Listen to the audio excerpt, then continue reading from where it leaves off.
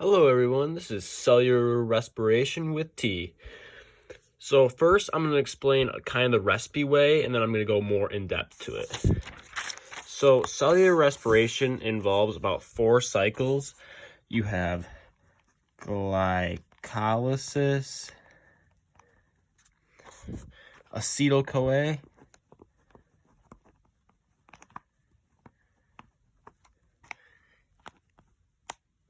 Krebs cycle, and electron transport.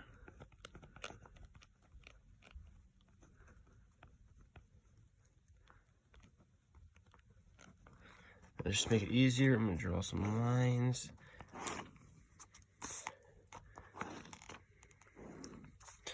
All right, now to get all these steps to work, you have to have products go in to the other steps. So start off with glycolysis. You put 2 ATP in, some sugar, and NAD. And you get out 2 pyruvate, 4 ATP, 2 net, and 2 NADH. And then we move on to acetyl-CoA. And you put in 2 CoA enzymes,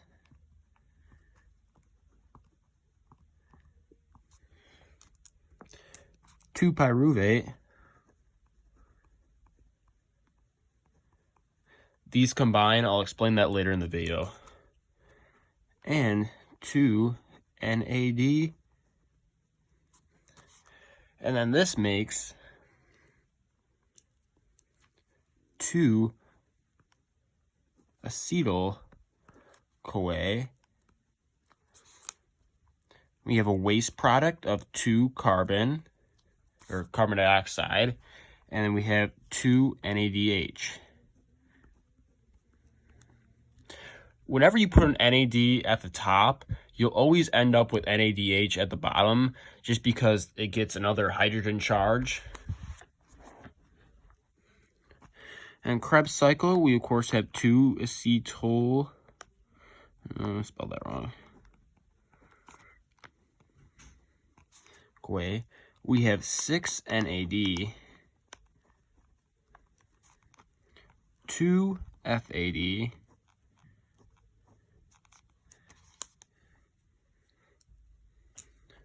it's got to be a plus, and we actually end up with 5 products down below. So we got 2 CoA enzymes because they break off, 6 NAD, 2 FADH squared, and we have 4 carbons as waste, and we have 2 ATP is also produced here. And we move on to our final step, which is electron transport.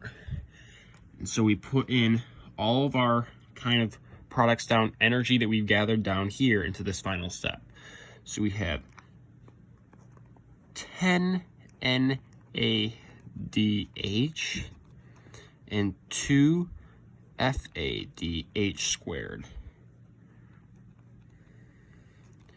And some oxygen. And now our final step. So what comes out? 10 NAD, 2 FAD, and of course some ATP. But we also have a waste product of water. We have 6 H2O that comes out of that. All right, so now I'm going to go a little bit more in depth to this process. I'm going to start over here at glycolysis. So glycolysis, so if you remember from the start of the unit, we did catabolic reactions, and we learned that you have to put a little bit of energy in to get a lot of energy out. So that's kind of what this ATP is from. We put a little bit into the reaction, and then we get 4 ATP out. And then we have glucose. So if you remember from sophomore biology, glucose is a 6-carbon molecule. Draw it out for your visual guys. And what happens to this glucose is it actually gets split apart. That's where you see the 2-pyruvate from. And it gets split apart into, of course, a 3-carbon molecule.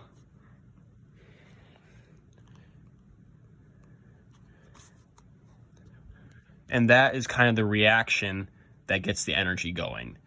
And then you have this NAD. And you're like, where does that come from?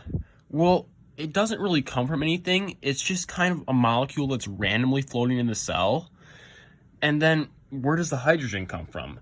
Well, the hydrogen comes from a molecule called I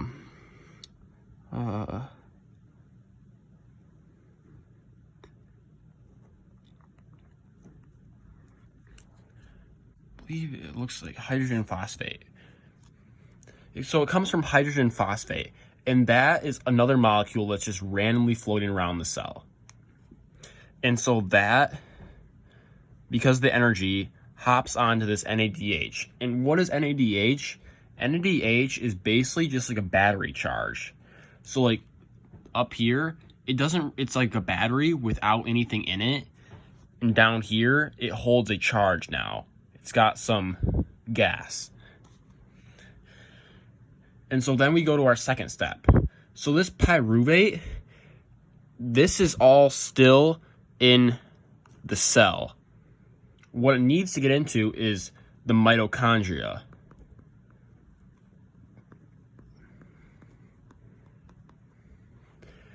All of these steps, acetyl-CoA, Krebs cycle, and electron transport, they all take place in the mitochondria. So I'm just kind of draw this little line here and just know, guys, that this is dividing the cell from the mitochondria. So once to get into the mitochondria, it cannot enter just as this 2-pyruvate, this 3-carbon molecule. It needs to have one of these carbons break off and have a CoA enzyme join it. So the molecule that goes into the mitochondria looks kind of like this. Okay? So basically what this molecule is it's just a shuttle.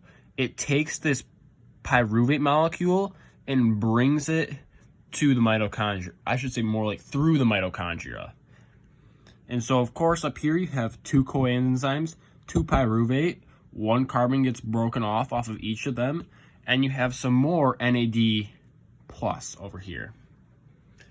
And so these molecules, as I can show you over here, they kind of break off the carbon and they combine, and they call that acetyl-CoA. And then because the carbons break off, that's where you get this waste product right here. And to get that out of your system, your body just joins that with the oxygen that's floating around in your cell.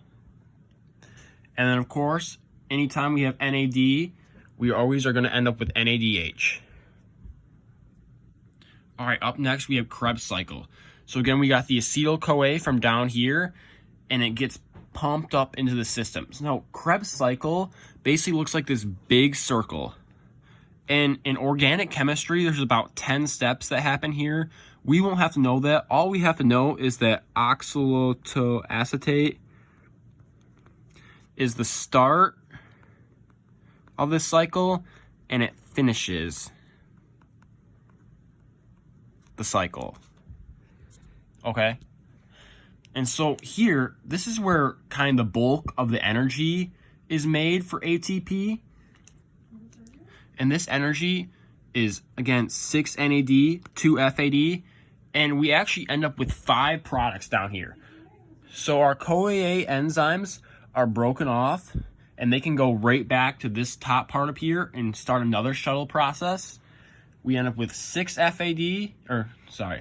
FADH squared, 6 NADH, And then we have a waste product again from all the carbons that are breaking off. And the carbons, they break off in this process over here. They break off along the circle. And then we actually get a little bit of energy here. We have 2 ATP, and that's basically from all the carbons breaking off. And then we go to our final cycle, which is electron transport, which is probably the most visual of all the cycles because it uses this process called hydrogen pumps and ATP synthate. I'm going to kind of draw those out.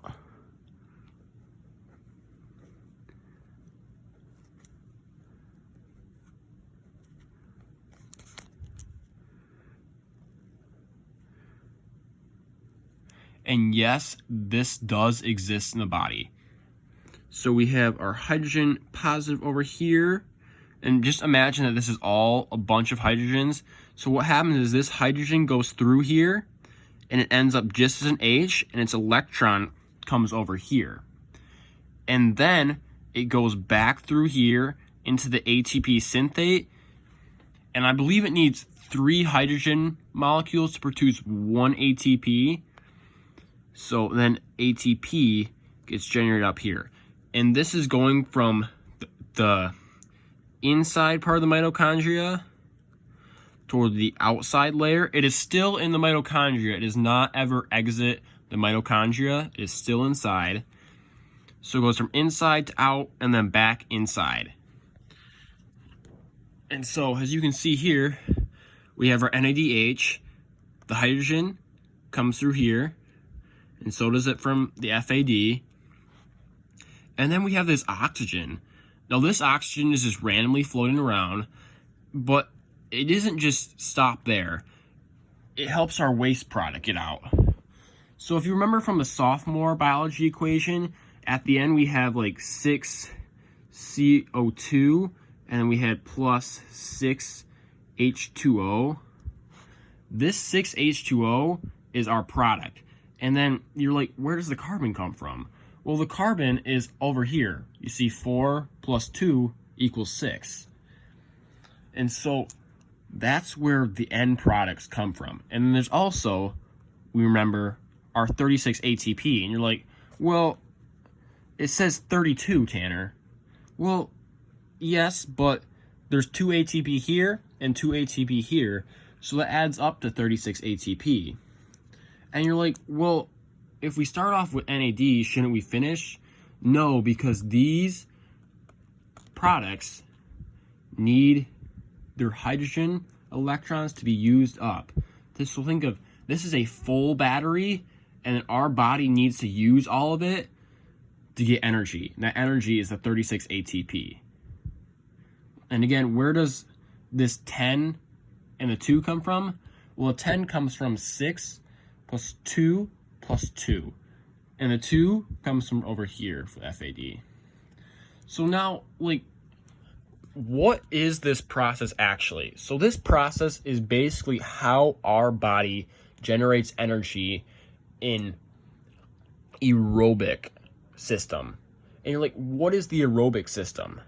So the aerobic system, I'm going to just go over here and start doodling.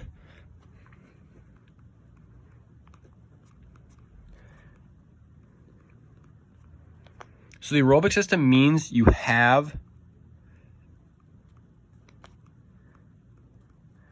oxygen. If you don't have oxygen, then we go over to the anaerobic system. And so the aerobic system involves steps 1, 2, 3, and 4. And you're like, what are steps 1, 2, 3, 4? Well, it's the same steps over here. It involves glycolysis, acetyl-CoA, Krebs cycle, and electron transport. And anaerobic respiration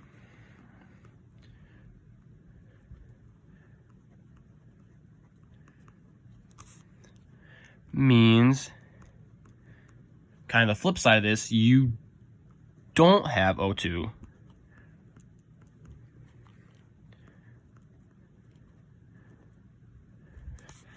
And what steps does that involve? Well, that only involves step 1.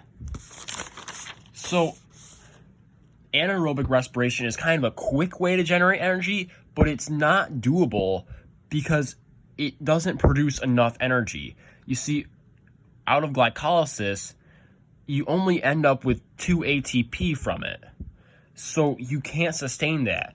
I believe like you can only sustain aerobic respiration or anaerobic respiration for about 2 minutes at max capacity.